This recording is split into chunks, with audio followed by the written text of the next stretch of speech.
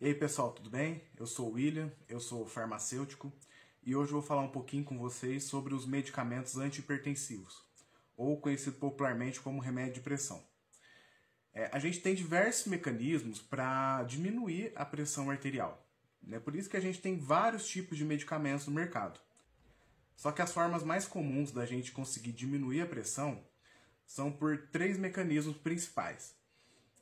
Diminuindo a quantidade de sal do organismo, inclusive é por isso que pessoas hipertensas ou a prevenção de hipertensão, ela se dá com a diminuição de sal no corpo, de sal de cozinha mesmo, que é o cloreto de sódio.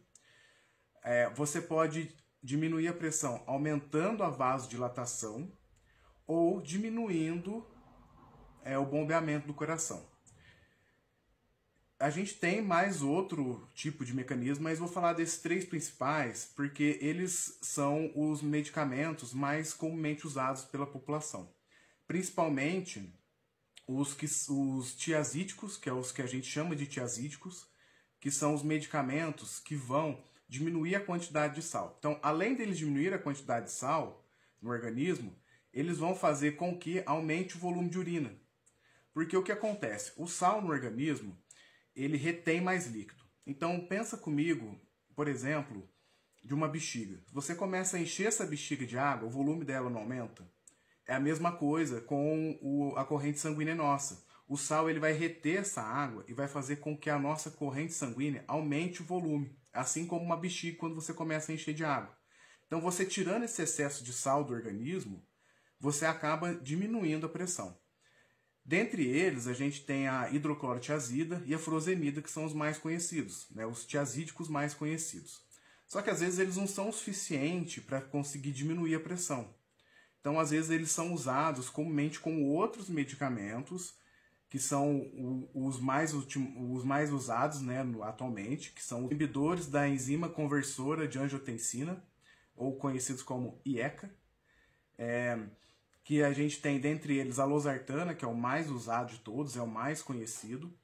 E eles vão, esses medicamentos, os inibidores de IECA, eles vão aumentar a vasodilatação.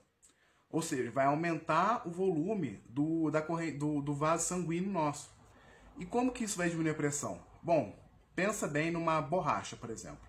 Uma borracha de água. Quando você põe o dedo na tampa da borracha ali, você diminui o espaço que a água vai passar. Isso aumenta a pressão, não aumenta?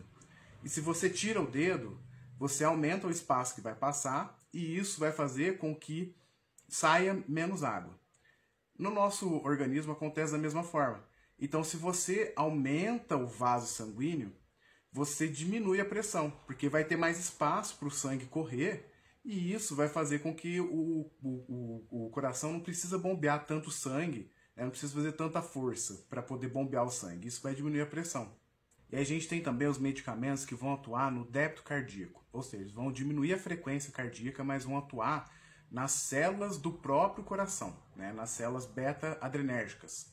Então ele vai diminuir a frequência de batimento cardíaco, diminuindo consequentemente a pressão. Dentre os mais conhecidos que a gente tem é o metoprolol e o carvedilol, que são os mais comumente conhecidos.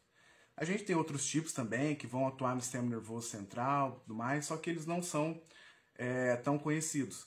Por isso que a gente tem essa variedade de medicamentos, que a gente tem várias formas de atuar no problema.